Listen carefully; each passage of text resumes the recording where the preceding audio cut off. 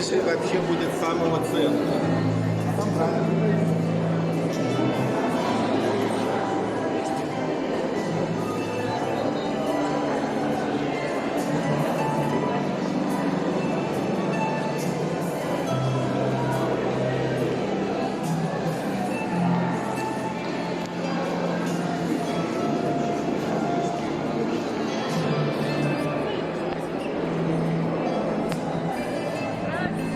С праздником вас!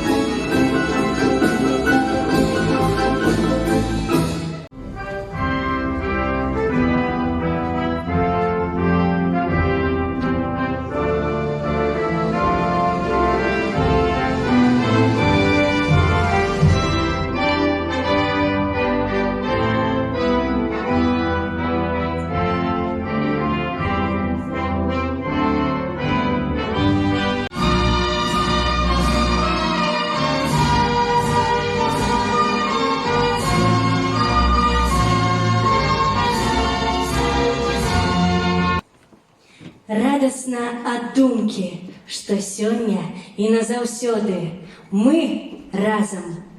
Паважаныя гледачы, на сцэне госці магілёўскай зямлі астраханскі дзяржаўны ансамбль песні і танца. Заслужаны калектыў Рэспублікі Беларусь, ансамбль песні і танца «Медуніца».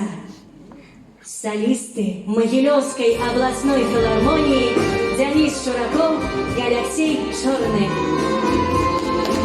Прислоняясь над нею,